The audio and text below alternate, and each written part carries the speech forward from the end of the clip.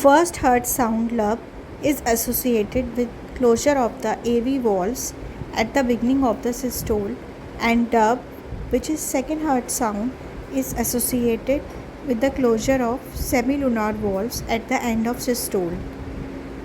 The lub sound is called first heart sound and dub is called the second heart sound because the normal pumping cycle of the heart is considered to start with the beginning of the systole when the AV valves close.